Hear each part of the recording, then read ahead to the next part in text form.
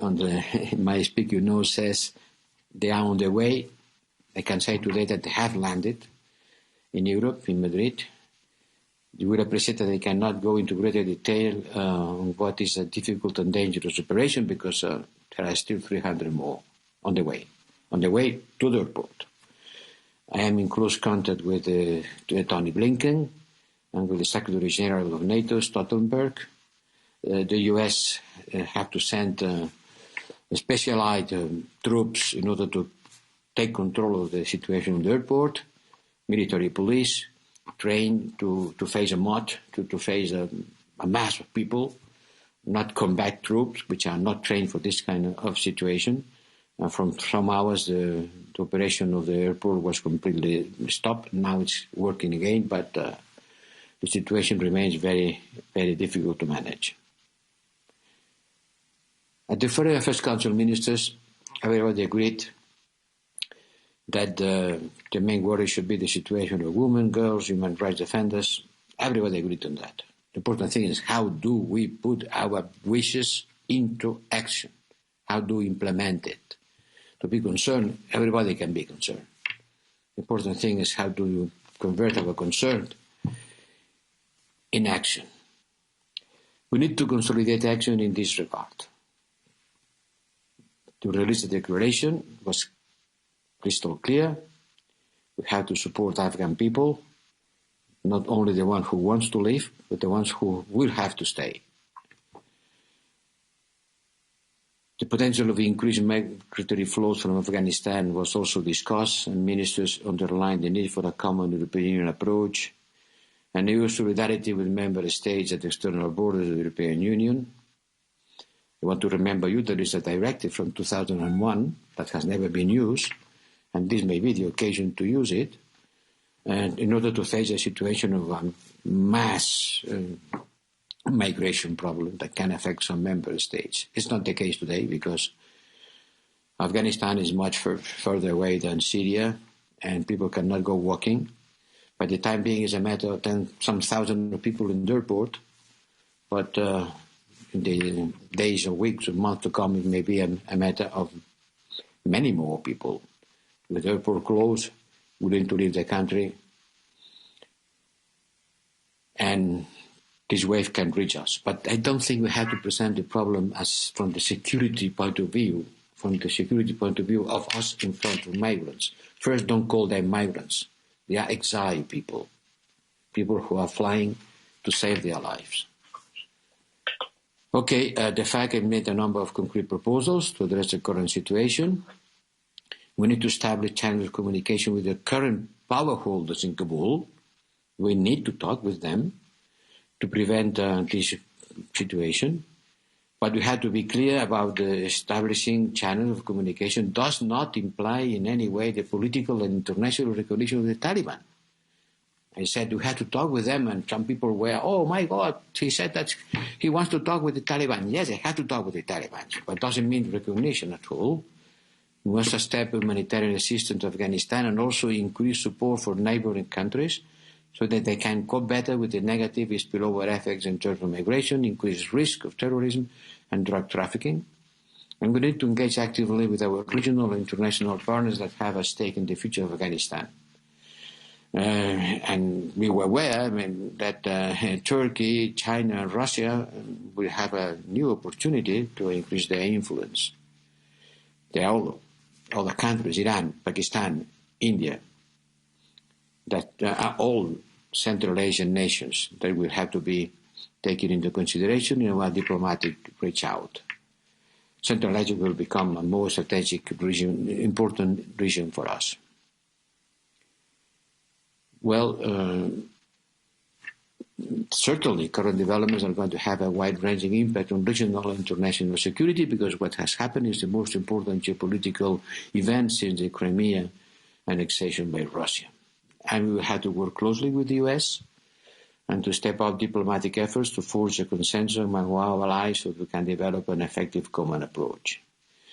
Later, in some hours, I will join my G7 colleagues in a virtual meeting to discuss more about that. And next week, the leaders of the G7 will also have a meeting. Well, I think that's more or less what I have to say to you. I had 10 minutes. I exhausted my time. And I could repeat once and again what I've already said.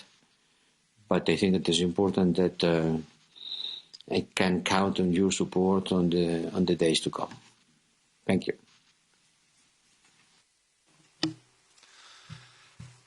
Thank you, dear Josep, for your remarks and your statement. I will now open the floor to members, starting with remarks by the Chair of the Delegation for Relations with Afghanistan, our colleague Petras Austrevicius. Petras, please keep it to 3 to 4 minutes. Thank you, David. I'm sorry I will be only audio today with you, but it's better to pass the message rather than to abstain from it. Dear chairs, dear colleagues, Mr. Borrell, friends of Afghanistan, I thank you all for our joint efforts assembling this meeting on the situation in Afghanistan. Once again, Afghanistan is placed on top global agenda. Country undergoes major and dramatic changes. People are facing with great uncertainty and various risks. During the European Parliament, an Afghanistan interparliamentary meeting held on 15th of July, only a month ago, we could not imagine it might be most probably our last meeting, an open exchange. At that meeting, our Afghan colleagues tried to convey increasing worries and tell a story of rapidly deteriorating security environment. Today we have to reflect on Afghanistan in post-Taliban takeover. Rapid and little resistance met of Afghanistan National Army and security forces could be described as a huge disappointment at least. So much invested, trained and supported, it did not defend the country's gates and people. Deeply entrenched corruption, weak governance and inside political infight did not leave a chance for society consolidation and mobilization. A chance to build a new future of Afghan people vanished. I'm sorry to admit this.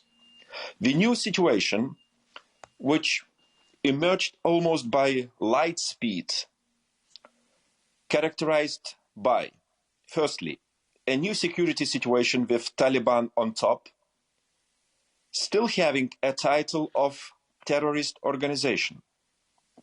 Secondly, increased uncertainty in socio-economic development and a question of keeping our achievements during the past 20 years. Thirdly, major question of respecting human rights. Firstly, women's and girls' rights. And fourthly, emerging migration risks and brain drain. With all that, we need for a new strategy for Afghanistan. Existing policy is not anymore valid and corresponds the current situation. And finally, I call on EU institutions to increase coordination efforts for EU residents and our Afghan associates' evacuation from Kabul. Instead of doing each on its own, we need a joint European Union level coordination action for safe and appropriate evacuation. Dear colleagues, dramatic and rapidly changing situation in Afghanistan needs further and full involvement of the European Parliament. I call on all political groups to initiate an extraordinary plenary session to discuss the situation in Afghanistan and inform our European citizens and the world about our actions and position taken. Thank you, David. Thank you, Petros Austrevicius. Thank you also for sticking exactly to your time. I will now pass the floor to the chairs of our subcommittees, Droit and Sede, and we'll begin with Maria Arena, who's here with me in the room in Brussels. 2.5 minutes, Maria. Merci David. Je pense que je peux parler en français avec la traduction. Merci David et Thomas pour l'organisation de cette réunion extraordinaire. Merci à Josep Borrell pour déjà ses positions et les positions qu'il a prises et sa présence aujourd'hui. On le sait, la situation en Afghanistan doit nous faire réfléchir et tirer les leçons d'une politique basée sur l'intervention militaire qui aujourd'hui a montré son impuissance. On peut parler de l'impuissance de la puissance. On a aussi, et on voit qu'on vit dans un monde éclaté où les conflits sont plus basés sur des tensions sociales importantes, comme dans d'autres pays dans lesquels nous avons aussi des présences militaires. Et là aussi, une réflexion doit se poser. Mais aujourd'hui, ce qui se passe, c'est l'urgence. L'urgence d'agir pour les populations directement menacées et qui souhaitent quitter le pays. On a parlé de ceux qui ont travaillé avec les Occidentaux, mais aussi les activistes et les défenseurs des droits de l'homme. Mais aussi l'urgence de protéger celles et ceux qui resteront dans le pays, comme les populations déplacées, avec une aide humanitaire. Et enfin, l'urgence de protéger des activistes qui resteront dans le pays, tels que Zarifa Garafi, qui est la mère de Maïdachar et qui a décidé de rester dans son pays pour défendre le droit des femmes. Alors, Monsieur Borrell, le 24 août, une réunion extraordinaire du Conseil des droits de l'homme des Nations Unies est convoquée. Et les représentants permanents ainsi que la Commission indépendante afghane des droits de l'homme demandent l'instauration d'un mécanisme d'investigation sur les violations des droits de l'homme. Je pense qu'il est important à la fois que l'Union européenne, Parlement, Commission et Conseil, États membres puissent soutenir une demande telle que celle-là pour déjà démarrer une action positive concernant la défense des droits de l'homme dans le pays. Merci.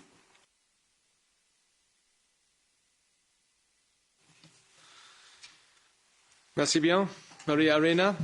And now I give the floor for 2.5 minutes to Nathalie Loiseau for the SEDE subcommittee. Merci, cher David, et merci, cher Joseph, d'être avec nous ce matin, et merci pour des paroles très sincères et qui font du bien à entendre, parce que dans ce moment très particulier, nous devons être honnêtes avec nous-mêmes. Être honnête avec nous-mêmes, c'est admettre que nous avons vécu sur l'Afghanistan un petit peu la grande illusion. Nous avons cru qu'il y avait un État afghan et il s'est effondré. Nous avons cru qu'il y avait une armée afghane et elle s'est débandée. Nous avons cru qu'il y avait des négociations crédibles au Qatar et c'était un leurre. Nous avons aussi cru que l'Amérique était de retour alors que l'Amérique se retire. Nous avons enfin cru, et Joseph, tu l'as dit, que l'OTAN était capable de faire du nation building, et ça aussi c'était une grande illusion. Moi, je voudrais me concentrer, il y a beaucoup à dire, mais me concentrer sur les aspects de sécurité. Évidemment, les conséquences de la prise du pouvoir par les talibans sont d'abord redoutables pour le peuple afghan lui-même, mais elles sont sérieuses pour l'Europe. Plusieurs questions. Comment faire face à la menace terroriste? On sait par exemple que les prisonniers de la prison de Bagram ont tous été libérés, parmi eux de nombreux combattants d'Al-Qaïda et de nombreux chefs d'Al-Qaïda. Quelles sont les conséquences du désastre afghan sur les réflexions qui sont menées sur la boussole stratégique? D'abord sur la qualité de notre renseignement, parce qu'on ne peut pas continuer à dire que nous étions étonnés que l'Afghanistan s'effondre si vite. Qu'est-ce que nous avons mal su? Ensuite, sur notre capacité à organiser des évacuations coordonnées, parce que ce que décrit Josep Borrell et le chaos qui règne sur l'aéroport de Kaboul nous montre qu'il faut qu'on fasse beaucoup plus pour être capable d'évacuer de manière européenne nos personnels, ceux qui ont travaillé pour nous en sécurité et avec de l'expérience. Quelles conséquences nous en tirons sur cette phase de repli américain durable que nous n'avons pas voulu admettre jusqu'à présent, mais qui maintenant est flagrante? Quelles conséquences pour notre sécurité? Et enfin, quand nous réfléchissons sur les conséquences du désastre afghan sur l'Europe, j'utilise le mot Europe exprès, parce que ça dépasse de beaucoup l'Union européenne, et en particulier, je voudrais savoir quel dialogue nous avons avec le Royaume-Uni sur l'Afghanistan. Est-ce que nous sommes capables de nous coordonner, de discuter ensemble de ce que nous allons faire? Quels sont les efforts que nous déployons dans ce sens et, si possible, quels sont les premiers résultats? Merci.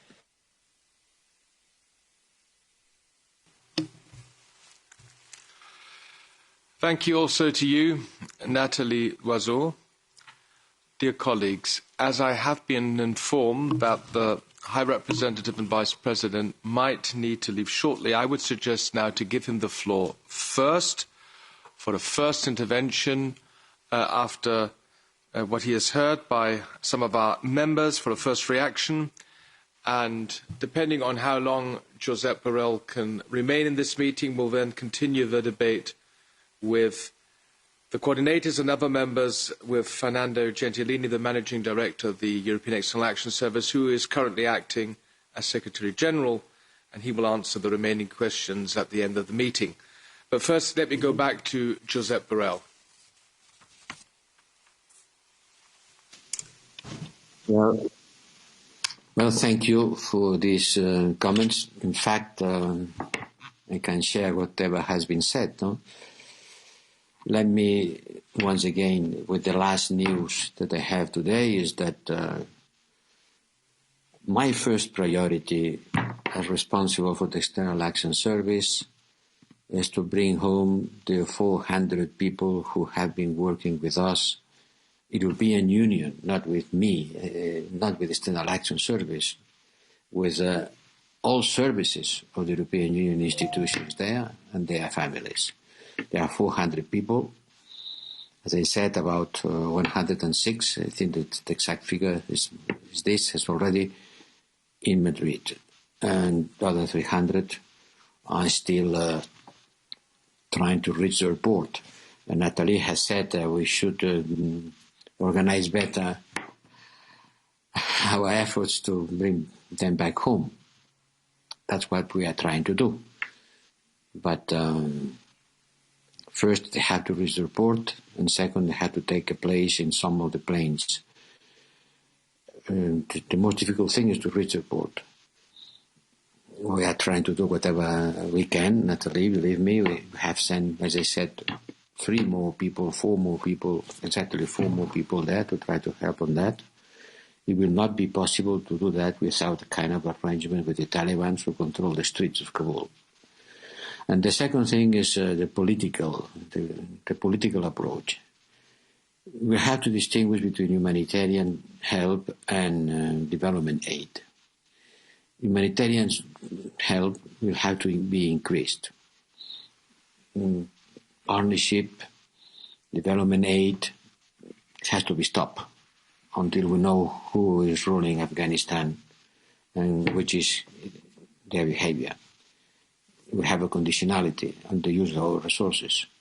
But humanitarian help is something independent of the political situation. And I am afraid that if the Taliban take the women out of the work, and they will do, well, the production, the agricultural production will decrease. And the climate change will have, is having already devastating effects in the agricultural sector in Afghanistan. For sure, we will have a scarcity of food. We will have to prevent, to face the situation and increase our humanitarian support. One thing is one thing and another thing is another thing. We will have to stop our financing, and this is one of our leverages. But we have to know with whom are we going to talk. Nathalie asked about what our relationship with the United Kingdom. We have been talking with them, and we are going to have this meeting of the G7 in some hours. As I said, the US are willing to support the creation of a national unity government in Afghanistan. By the time being, the Taliban are presenting a nice face. The last press conference of the Taliban leaders are saying, don't worry, we are good guys, for sure, inside the Muslim law. But frankly speaking, we have to be very cautious. as far as our people are still there, we have to be extremely cautious, because the first of our purposes is to take these people out. But as I said also, we cannot take all Afghans out.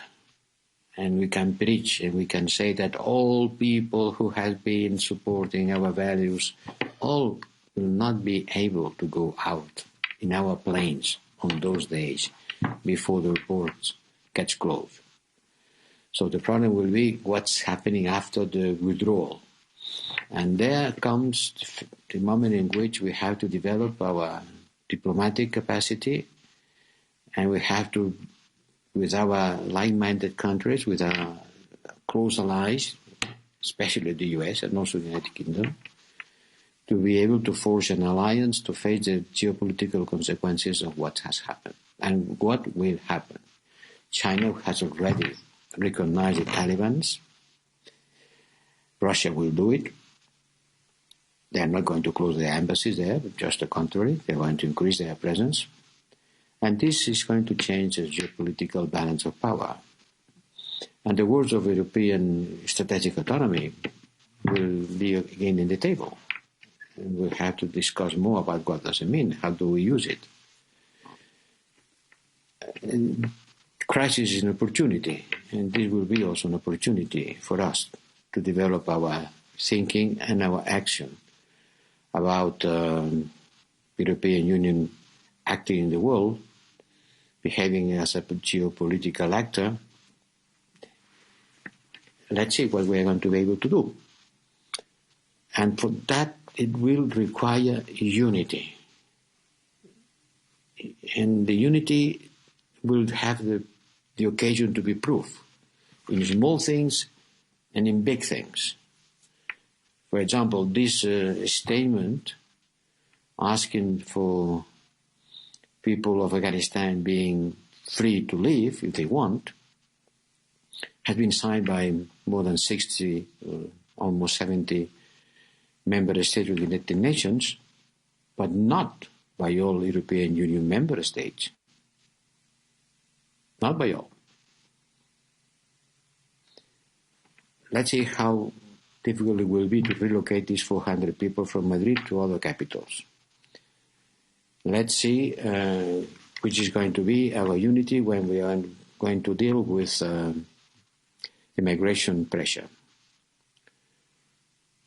All that will be on the table, and you, European members of the European Parliament, will have a very important occasion to push and to ask for decisive political action. But I would like to stay a little bit more and have some moments to listen to the representative of the political groups before I let Fernando to try to continue this discussion, because I have to go to prepare the G7 meeting. Thank you, David. Thank you once again, Josep Borrell. I will now give the floor to the coordinators or their replacements for both committees, AFET and DEVE. Colleagues, we have today a time slot until roughly 10:30, so this now leaves us with 45 minutes' time. I know that so many of you would like to take the floor in addition to the coordinators. Unfortunately, this won't be possible, but we'll try to cover as many colleagues as possible. The best is if every one of you sticks exactly to the allocated speaking time of 2 minutes. We begin for the EPP group with Michael Gahler, the coordinator in AFET. Thank you very much. Thank you, Josep Borrell and colleagues. I think we share the assessment. We are all devastated. We see this catastrophe for the political West that needs to be addressed later at a later stage and assessed. For the short term, I think when it comes to the rescue of our citizens and of our collaborators, thanks to you, Josep Borrell, I'm pretty sure that in the background you have personally invested a lot to get these 106 out, and hopefully we'll get the others also. I hear that, or we see in the media that apparently it's not only the Taliban who are problematic with the access to the airport, but also the American soldiers who are standing there and not letting a lot in. Can we hopefully get contact with the US administration, asking them to accept Western passports and documentation when people are allowed to leave? Please engage in this regard. My question is, when it comes to the humanitarian aid that is still possible, do we know which channels of the UN probably are still working to distribute humanitarian aid? I think that is of short-term importance as well. The next point is, of course, with the neighboring countries, with Iran, Pakistan, Uzbekistan, and Tajikistan. These are the first ones where refugees will probably show up.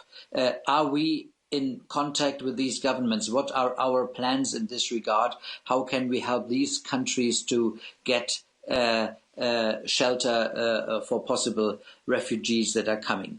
And I very much welcome, of course, that we take the contacts with the de facto regime.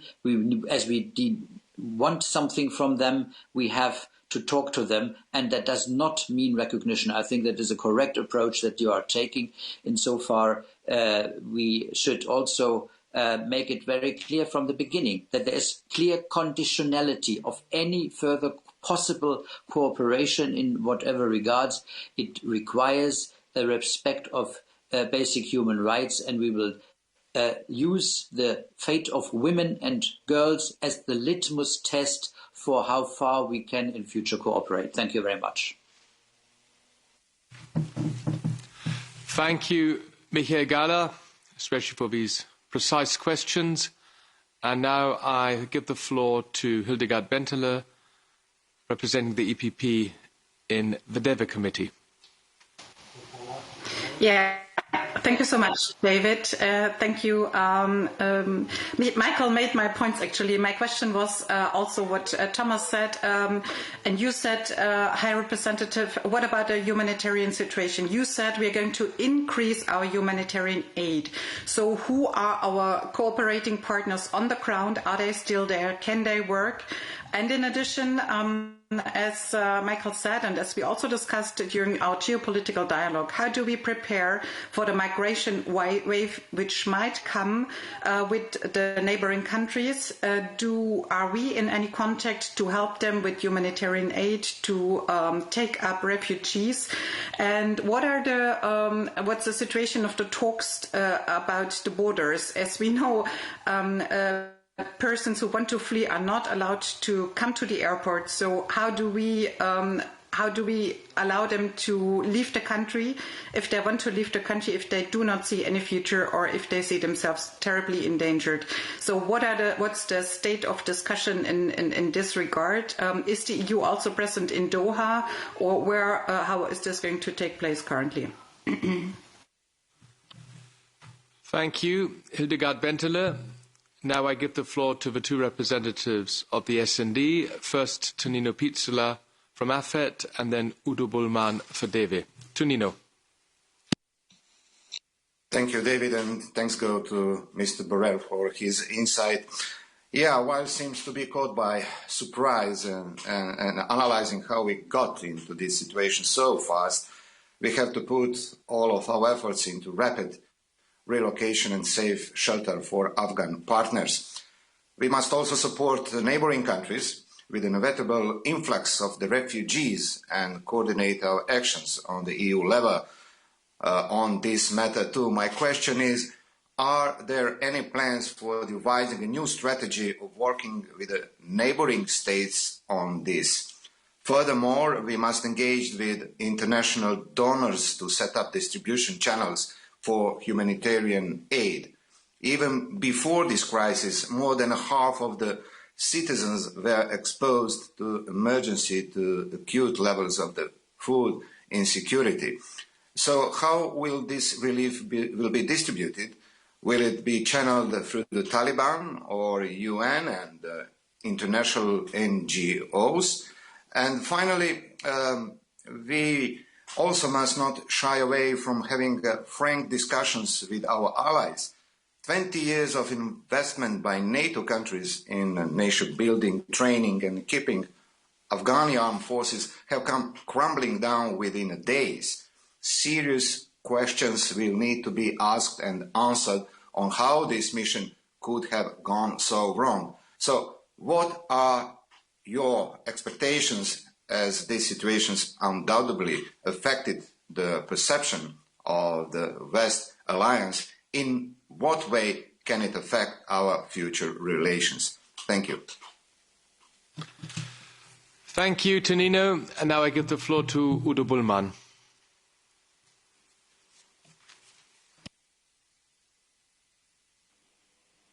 Good morning, colleagues. Thank you, David, and thanks, Josep Borrell, for his introductory remarks.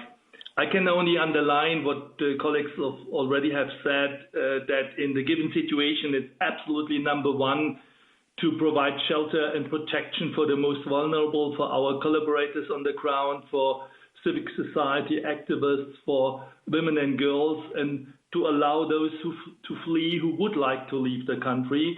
And also let me echo the appeal to put pressure on the new Afghan leadership from the Taliban, as well as on the US troops, to allow them to get freely to the airport without any harm. And the continuation of humanitarian aid is top number two, because we need to face the increasing needs that can already be seen. Hunger crisis with water, social protection, health systems that are going to finish after we are not in the country anymore and our collaborators are not in the country anymore. So we have to find new channels to deliver social protection and the full range of humanitarian aid. Next step has to be that we, and I agree with Josep Borrell, make ourselves in a completely different way and are not an autonomous player in the processes to come. Because there is obviously a growing shift between the US understanding of what had to happen during the last 20 years and the European understanding. How can you live together in 20 years where we underline it's necessary to build up a free society, a stable society, and the newly elected US president says that never was the goal. So the next steps have to be to talk to our allies and to influence these processes with the Taliban, but we will only be able, my guess, to protect the progress achieved, as well as to enhance our support to the Afghan people if the European Union acts united, if we can enforce our political role in this geostrategic exercises that are to come. Otherwise, it will not be possible if we are not a bargaining partner for the processes that have to be seen. I would appreciate if we could do the two chairs, if we could, Thomas and also David, allow for a full debate at the beginning of September or the end of August to realize the new situation and the start of a new policy towards Afghanistan by the European Union. A full debate which is not possible today, but could include and see a joint activity of our both committees. Thank you very much for the occasion today, and good luck to Josep Borrell. Thank you, Udo Bullmann. And as regards your proposal, I'm very sure that Afghanistan will continue to be on the agenda of AFET, DEVE, but also our subcommittee on human rights, DROIT. So I think we will be having it, unfortunately, quite a number of times on our agenda, and also, I guess, at the next plenary session in September. So I promise you that Thomas Tobé and I will take your proposal on board. For the Renew Group, I now give the floor to Hilde Woutmans and then Charles Goerens. Hilde Woutmans. Thank you very much, and good morning, colleagues, and thank you, Mr. Borrell. I think we are all very much shocked by what happened in Afghanistan. It's no good news. It's not good news for Afghanistan. It's not good news for Europe. I think especially on the women and girls in Afghanistan who fear for their lives, and for the people who helped Europe. And I'm happy that I hear that it's a priority to get them in Europe. But I also think we have to think broader on all the Afghans who are now fearing for their lives. I think we need to discuss in this European Parliament, and I'm happy to discuss today with Afet and David, but I think we also should discuss with Libe, because I'm very much sure that there will become a new migration crisis, that a lot of Afghans want to flee out of their country, and that we must be prepared for a migration into Europe, and that we are not looking at it like we did in 2015. I'm also very much worried now that the Taliban has taken over in Afghanistan about if it will become a basis for terrorists again. It's not predictable. So I think we also need to discuss it on the security level. For me, we should take lessons out of this crisis. Every crisis is an opportunity, Mr. Borrell said. So for me, there are two cases which are very much important. First of all, let's take more steps forward into a defense union, into a real European army. For me, this is really crucial that we can take that steps the next coming months, not years, months, colleagues. And secondly, I think if you look at the people who want to get out of Afghanistan, and honestly, colleagues, if I was living in Afghanistan right now as a woman with a big mouth, I would also want to flee that country and get out of that country. So let's be prepared for the migration. Let's make sure we have a real European migration policy. And then I come to my questions on the US withdrawal. Did we consider taking any actions after the US decided to withdraw? Why was there no plan before? We all knew that they were leaving, and I have the impression that we are too late with our actions. So why didn't we act more early? On the migration, what plan will be set up to prevent another migration crisis such as 2015, and at the same time ensure that Europe does its fair share? Are discussions going on with the neighboring country? Are we looking for a new Turkey deal? I hate to name it like that, but let's face it, will we speak to the countries around Afghanistan? And then what we all think about, what about the dealings with the Taliban? I think it's good that the EU is issuing joint statements with the US and the UK, but what are we doing beyond issuing statements to have a meaningful impact on the Taliban? I think we must make sure that the life of the Afghans will be better. So how will we take actions to talk with the Taliban in the next coming days? Hilde, I'm very generous with your time. You're way beyond already. Okay, thank you very much, David. I'm sorry. Thank you. I was generous now with Udo and Hilde, but please, colleagues, try to keep it to 2 minutes. And you know how difficult it is to remind you of speaking time when you're connected per video. Charles Goerens is the next, and I'm sure that Charles will stick to the 2 minutes. Oui, je crois que le mot le plus approprié pour résumer la situation actuelle est le mot désastre.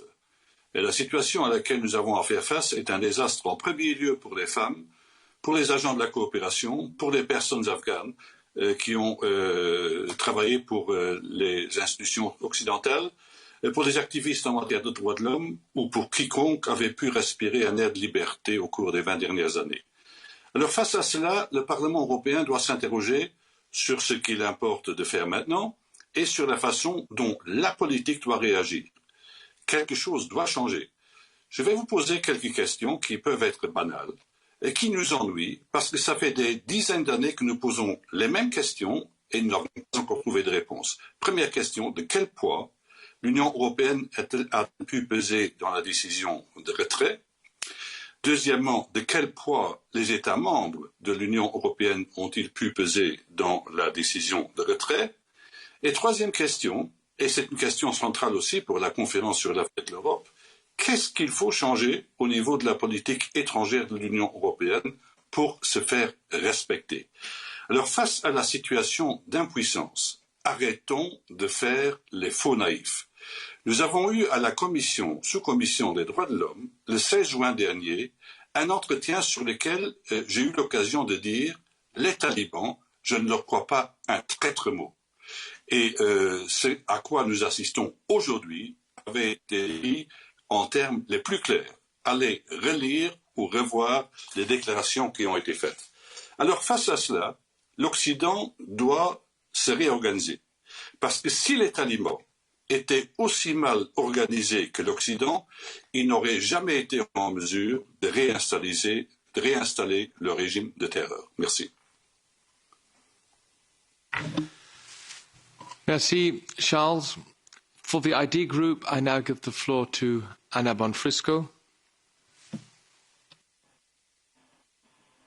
Grazie Presidente e grazie a lei, signor Borrell, per essere con noi.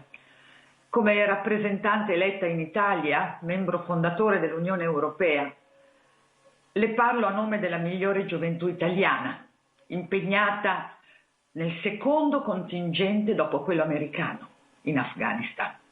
50.000 donne e uomini che si sono avvicendati, 700 feriti, 54 morti e anche 9 miliardi di euro spesi dall'Italia per la missione di peacekeeping. Tutto questo per riconsegnare il paese ai talebani, alle cui parole non possiamo credere, o per affidare il destino dell'Afghanistan all'influenza pakistana, con le chiare conseguenze per l'Europa in termini di flussi migratori incontrollabili, di emergenze dal punto di vista della sicurezza, soprattutto del terrorismo internazionale. E quindi spetta a noi europei, uniti da un indissolubile destino, dimostrare che il sacrificio di tutti i nostri ragazzi europei non è stato vano. E come possiamo farlo? Innanzitutto impedendo il ripetersi degli errori commessi da noi europei nella crisi siriana, che ha prodotto milioni di profughi che ancora portiamo sulla coscienza, così come nel Mediterraneo, dove l'Italia paga il prezzo più alto e non sente mai la vostra solidarietà. Garantendo alle donne, alle ragazze, ai bambini afghani e a chi ha collaborato con noi in questi anni di poter fuggire da quell'inferno che sarà la loro vita sotto il regime talebano, con corridoi umanitari organizzati dall'Unione Europea. Siamo scappati senza dignità e senza rispetto per nessuno, lasciando a Cina, Russia e Turchia l'influenza della regione. Ma non scapperemo al giudizio delle giovani generazioni, il cui futuro di pace e libertà rischiamo di non saper garantire, come i nostri padri fondatori hanno invece garantito a noi. Vi chiedo quindi, chiedo a lei, signor Borrell, rappresentante di tutti noi in questa fase, di fare il nostro dovere per le bambine e i bambini afghani, per tutte le donne, per tutte le ragazze, per chi ha bisogno del nostro aiuto per il rispetto dei propri diritti, ma vi prego di farlo anche per i nostri figli, che un giorno potrebbero non perdonarcelo. Grazie. Thank you, Madam Bonfrisco. And now I give the floor to Tineke Streek for the Greens, please. Thank you, Chair. Indeed, there are hardly sufficient words for describing this disaster for the Afghan people.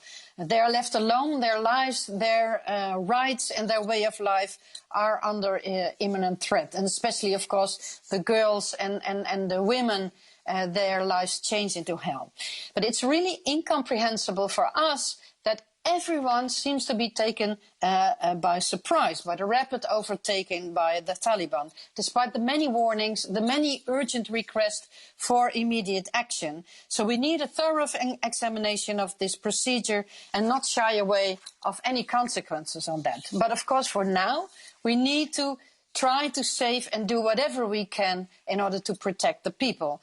EU coordination is of vital importance in order to prevent more chaos and inefficiency, and we should make sure that everyone who can be associated with EU or NATO missions are evacuated as swiftly as possible. So we need a broad definition of who those people are and flexible procedure. And I wonder, we have an EU legal basis, we have EU capacities, we have EU policies with the crisis military management. Why has this not been used up until now to evacuate and rescue citizens? And will it be applied at the moment or in the short notice possible? So maybe AS can say something about that. And I completely agree that we must talk with the Taliban in order to ensure access to internally displaced of everyone else in Afghanistan who is in need for help and protection by humanitarian organizations. But there are also Afghan people with a high profile which run even more risks and that need to be evacuated immediately out of Afghanistan as well. And I wonder, did within the Council or EAS discuss already the possibility for humanitarian visa, an EU coordinated approach on that in order to bring those people as soon as possible to the EU? And of course, many people try to flee the land borders. We need to financially support the people in the neighboring countries, of course, maybe through humanitarian organizations if we're not sure about the regimes. But not everyone will be safe there, and we need to take our own responsibility as well. So I think we really should prepare for resettlement programs from the neighboring countries, responsibility sharing for people who arrive at our borders so that we do not end up with huge overcrowded situation at our EU borders, but really have an equally sharing. And I really find it encouraging that Mr. Borrell mentioned the Temporary Protection Directive. This also shows we need an integrated Ms. approach. Streeck, may I remind you kindly that you're over time already? Can you conclude now? Yeah, sorry. Could we get an overview of an integrated EU policies concerning foreign policies, home policies, human rights and humanitarian aid, and show us how we are going to really make an integrated approach and have a further debate on that? Thank you very much. Thank you.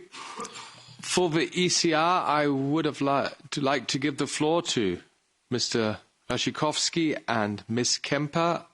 I am informed that both are not connected. Is that correct? It's correct. Both ECR colleagues are not connected, so I then move on to the representative of the left, Idoia Villanueva. Are you connected? Then I give you the floor.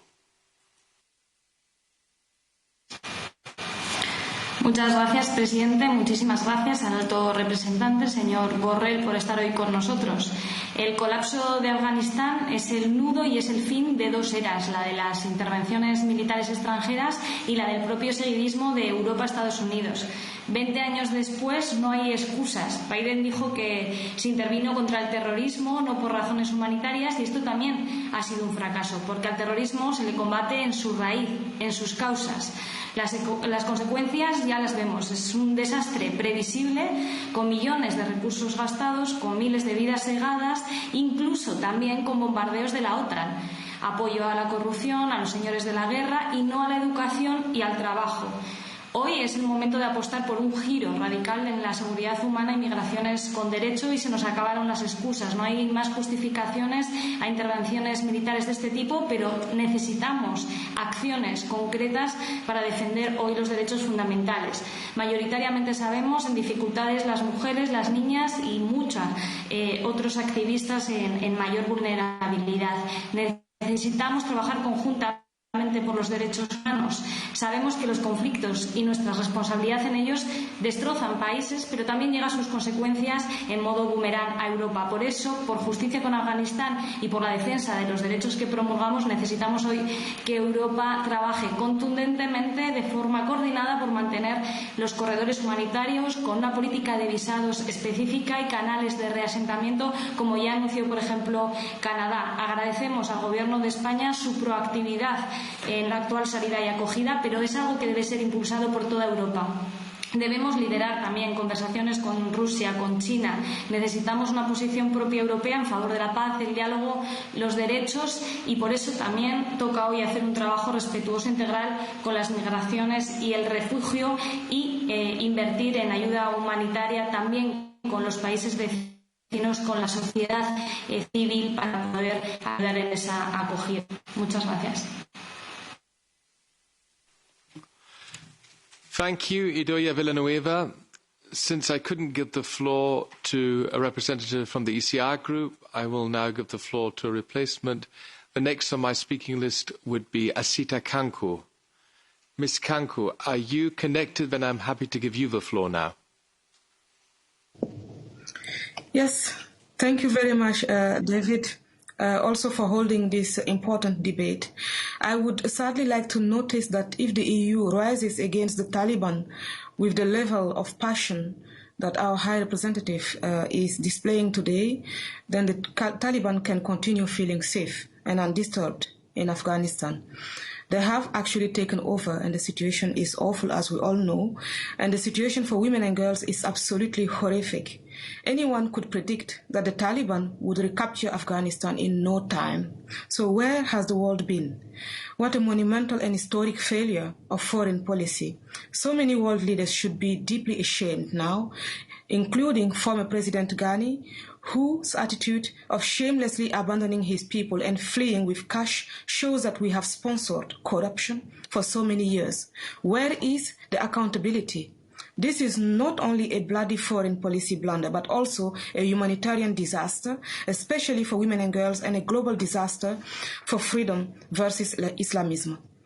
Together with international partners, the EU must urgently assume its responsibilities for the Afghan people that are being abandoned, for example, by anticipating a migration crisis and helping organize the necessary support in the region. I welcome the fact that foreign ministers of member states agreed on the need to evacuate our local EU staff, but the same must be ensured for Afghans who have fought for our common values and now risk losing their lives because they have been left behind. The EU should also not recognize the Taliban as a legitimate government in Afghanistan, but we must also ensure that we do not leave the region geopolitically in the hands of Russia, China, and Pakistan, and I totally agree in this with also our High Representative. Let us be critical and vigilant, but above all, let us not close the door on the women and men of Afghanistan who want to be good. Humanitarian and development activities that circumvent the Taliban regime should be maintained and focus on the dire situation of women and girls. Thank you, and let's help achieve this change together. Thank you very much, dear Asita Kanku.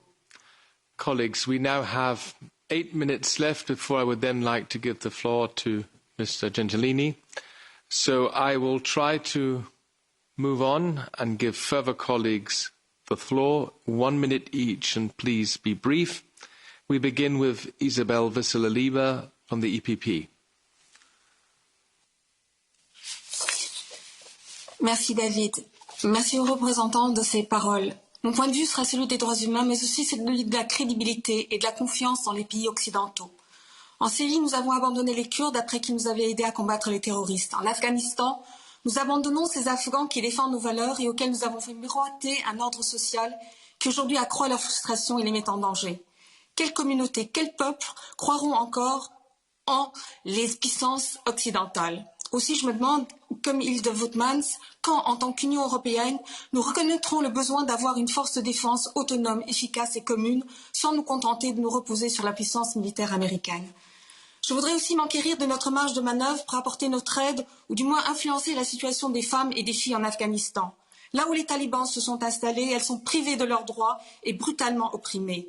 Enfin, je voudrais instamment plaider pour que les pays de l'Union européenne soient généreux dans l'accueil, bien évidemment des Afghans qui ont directement travaillé avec nous, mais aussi de ceux de la société civile qui se sont engagés pour les droits humains, notamment pour l'éducation des filles et les droits des femmes. Ils sont particulièrement en danger. Nous n'avons pas le droit de les abandonner. Merci beaucoup.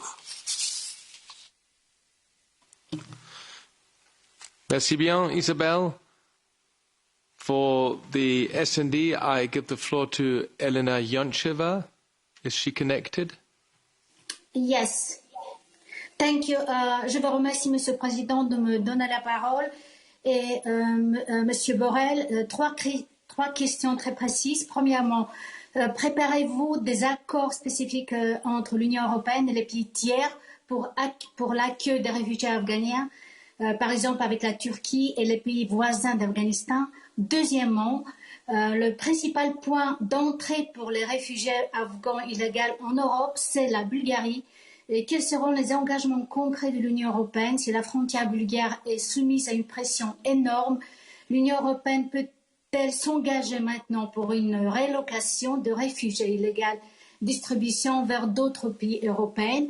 Envisagez-vous un tel scénario? Et dans l'Union européenne, vous savez, la responsabilité doit être partagée. Et la troisième question, envisagez-vous de travailler avec la Russie et la Chine pour faciliter le contact avec les talibans? Si oui, quel est l'état de ce dialogue? Je vous remercie. Thank you. A speaker for the Renew Group might be Soraya Rodriguez. Is she connected? Sí, muchas gracias por este debate. Estamos ante una emergencia, una catástrofe humanitaria provocada por una retirada de las tropas que podemos decir que ha sido un completo desastre.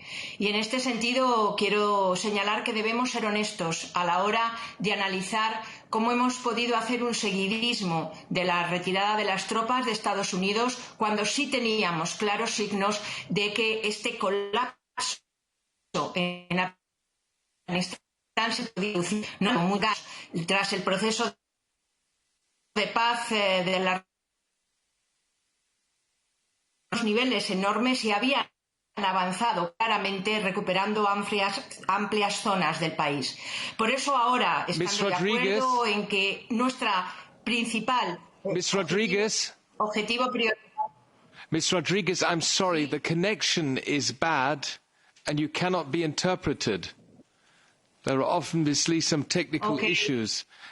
That's why only a few of us speak Spanish. Okay. But I will, in the meantime, give the floor to our next speaker. That would be for the Greens, Pirette Herzberger-Fofana. Is Madame Herzberger-Fofana connected? Mrs. Herzberger, you can press the speak button. 1 minute. 1 minute. If she's not able to be connected, then Yak Madison. Vous m'entendez? There you are, Pirette. Please, 1 minute. Oui, oui. Yes, thank you very much. Bon, merci, chers collègues, d'avoir organisé ce débat.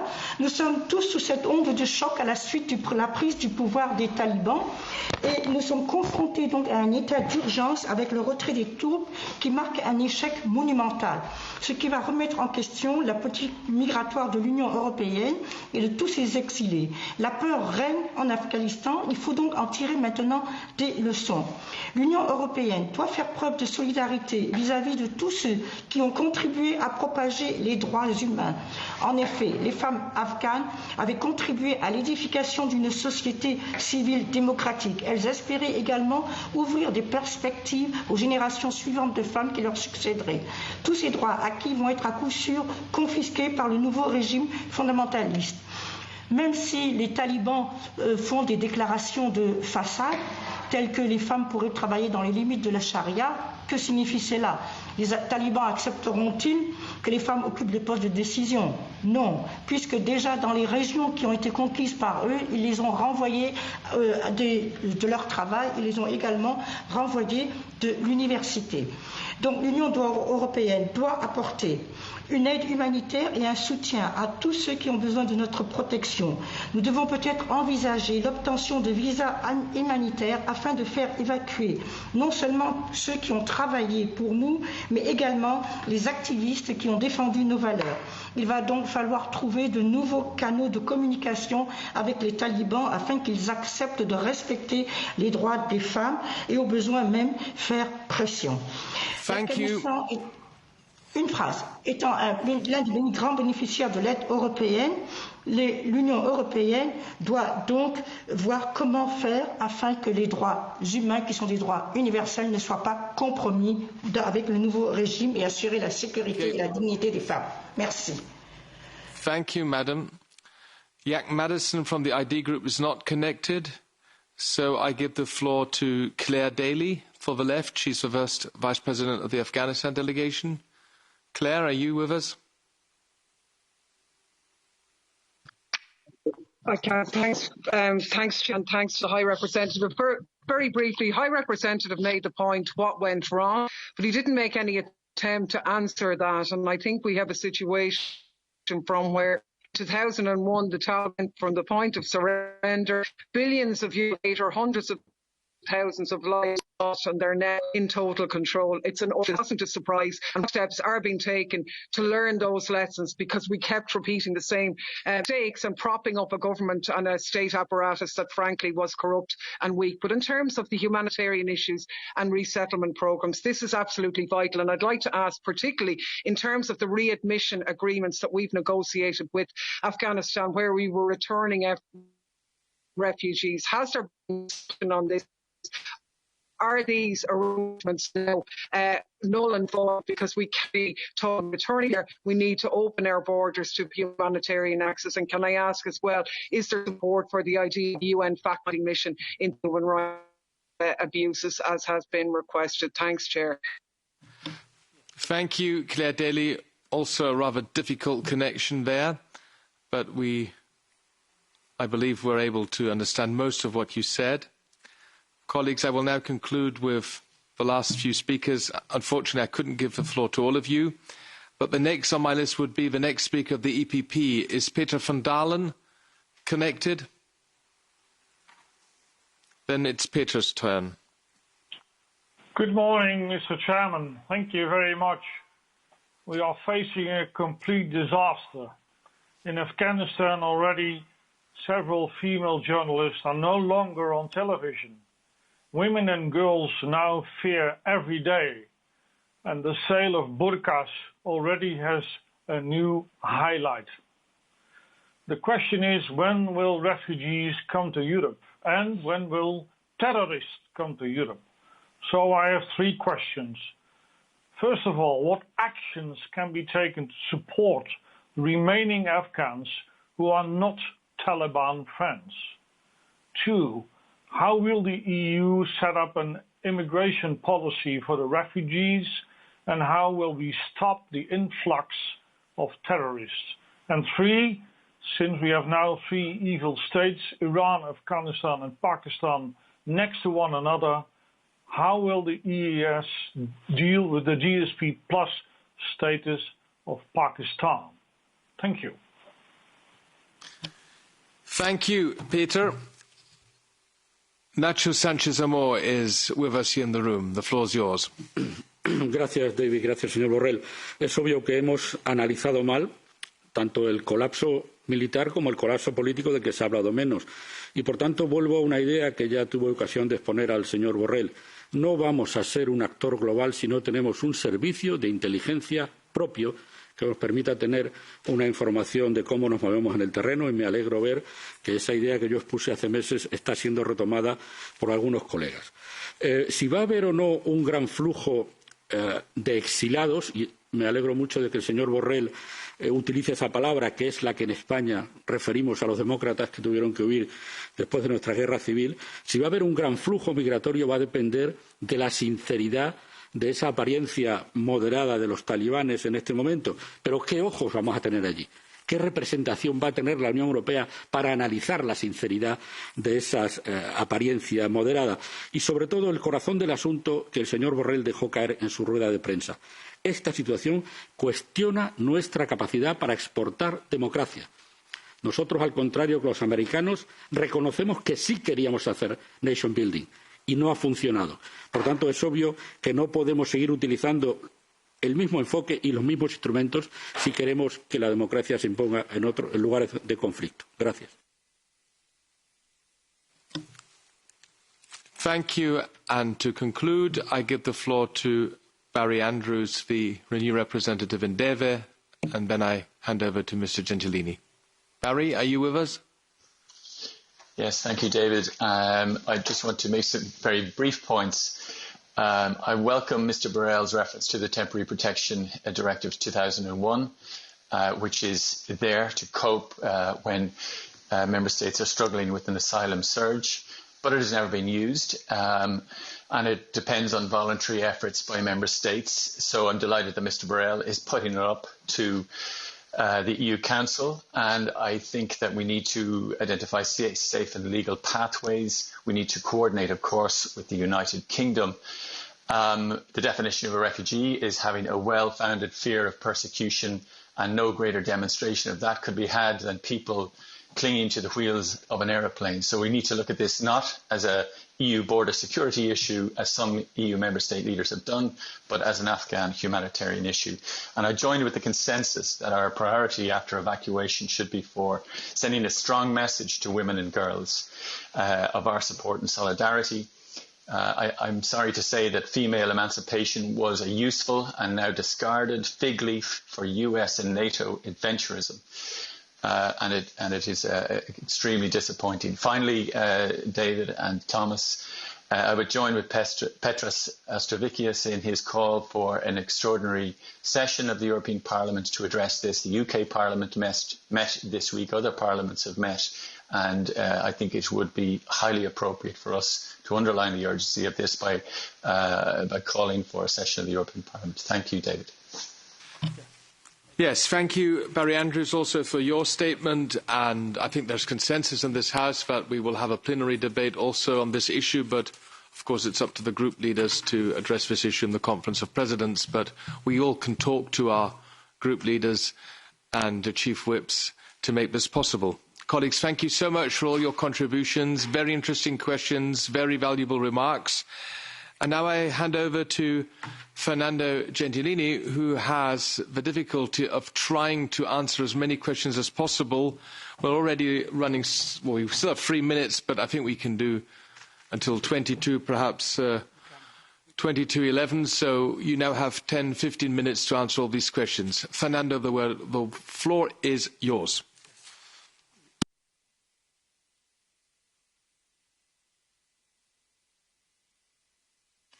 Mr. Gentilini, please press on the speak button. Thank you. Thank you very much. I hope you hear me well now.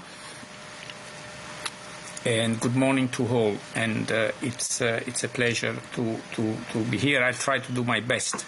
It was a very, very comprehensive debate, lots of questions, all legitimate, all good. And these are the topics, the issue which will be at the center of the following weeks for sure. Because to start with some of those questions, some of you mentioned the importance at this stage to consult first of all with allies, but also to consult regionally, to consult with other partners. And this is precisely, I think, what is going on now. And the High Representative referred to his next engagement of the day, which is the G7, but there will be many occasions to go in depth and precisely do that honest assessment he was referring to, and many of you have referred to. Maybe the way I can try to be of useful, to be of some help, is to focus on some practical information and issues to respond to the questions, because I think the representative gave a very broad and comprehensive brief which has touched already many of the also more political questions. I want to first really start with this evacuation, because many of you referred to that. And true, this is the priority, in the sense that this is really the most important thing that we are doing. This is the most important thing our men on the ground are focused on. And it has been already said, our head of delegation has been there all the time with his security support. 4 more people are currently trying to get to Kabul. They are currently, I think, in Pakistan. So this is really very, very important. And some of you in the questions refer to obstacle to evacuation. True, there are many obstacles, but I think at this point, precisely because we want to succeed in this operation, we need to be grateful to all those who are on the ground helping our people to rescue our local staff, our Afghan local staffs and their family. The representative gave already some figures of those arrived in Spain. I just want to say again that beyond this initial, let's say, 400, which are the current employee of the delegation and their family, there will be more to rescue, because we will have to extend to civil society, to human rights defender, to people who need to leave for the reasons which have came out very clearly in this debate. I myself, I served in Kabul a few years ago. I think I know what it takes to get to the airport. As it has been said by some of you, some of the obstacles. No, first of all, you need to get to the airport. And of course, in order to do that, you need the cooperation of many. Most importantly, those who control the city, those who control this only street which leads from downtown to airport, and where there are bottlenecks also in normal days. There were bottlenecks also in normal times, so you can imagine the situation now. And again, I think we need to be grateful to all our people on the ground, but also all those who are helping them. I don't think uniforms are important at this stage. I don't think it's important to distinguish. I think we are talk to the human beings who are helping this operation. Hopefully, it will be able to create a safe corridor. Hopefully, it will be able to do this, as it has been said, in a European way. I would say in an orderly way. But of course, these are very, very difficult times in Kabul, at the airport of Kabul, and we are in touch with all those who can help. And this is a full-time job since last week. I want to say that because all the questions which have been raised, of course, are very important, are very critical, and in order to work on them also in the future, we will need to, first of all, be able to have our people out of the airport again. So my first point was to convey this sense of urgency and priority, which I think was shared in the discussion with the Foreign Ministry, that first of all we need to take care of this. A second big block of questions, I think, was related to the issue of, let's say, preparedness. How it comes, it was said that nobody was prepared, that everybody was surprised. and politically many things have been said, but in practical terms, in terms on what one can really do in the various areas which have been mentioned, I want to say that in fact there are already schemes in place with this big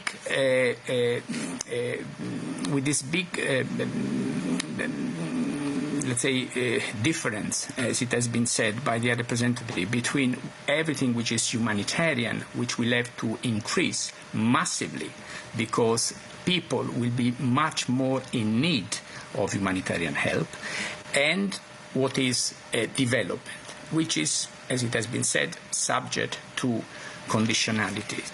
But we have mechanisms already in place at several levels. I will go through them now. But to say that, of course, it will be an issue to increase the effort. It will be an issue to readjust initiatives. But it's not, and this is my major message, it's not that we are starting from scratch. We have something in place, for instance, to deal with migration. There are existing frameworks of cooperation.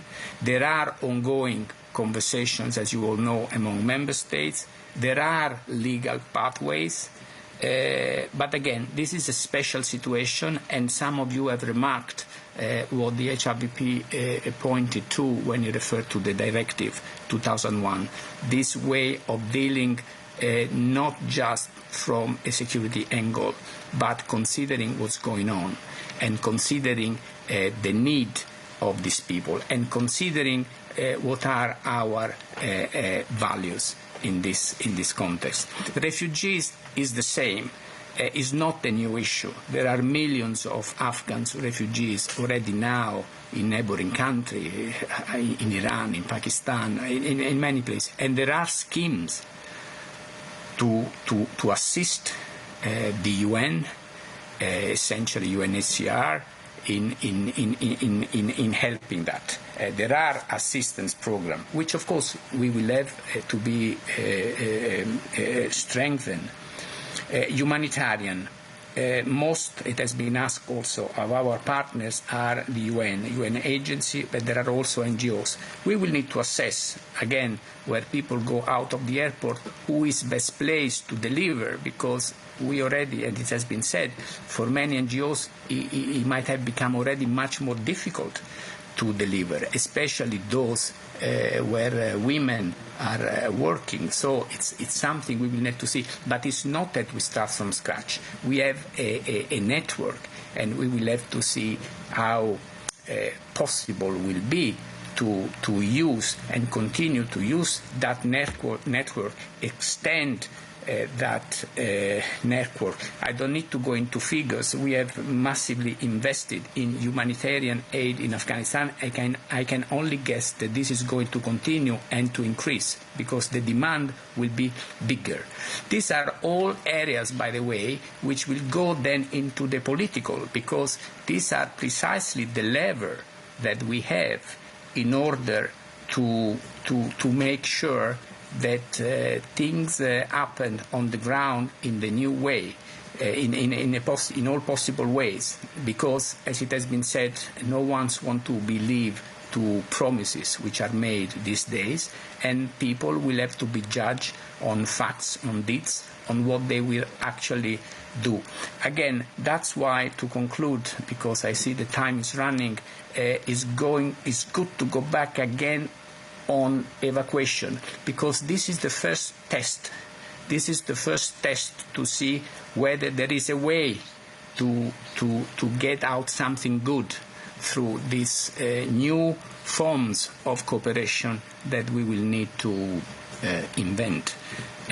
So I think I will conclude here. I'm sorry if I could not go in details of the many questions here and there, but I think some have been already answered by the representative himself, and I really wanted to focus on this more urgent and immediate needs, because I think this is also what is emerging from our discussion in the Ministry of Foreign Affairs Council.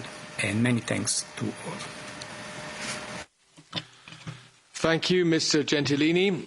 Dear colleagues, let me thank all of you for participating in today's meeting, for your comments, questions and remarks. Rest assured that the very serious situation in Afghanistan will continue to be very high on our agenda, and I guess we will have an additional meeting of AFET and DEVA to discuss many of the issues more in detail when we reconvene in September. Let me thank especially the staff who organised this meeting during the parliamentary summer break, and also our interpreters who are with us today and who are also so kind to stay a little longer. I will skip my closing remarks because we've already run out of time. Once again, thank you for participating in today's extraordinary meeting of AFET and DEVA, together with our colleagues from the Afghanistan delegation. And if there are no points from your side under any other business, then I can now close today's meeting. Thank you.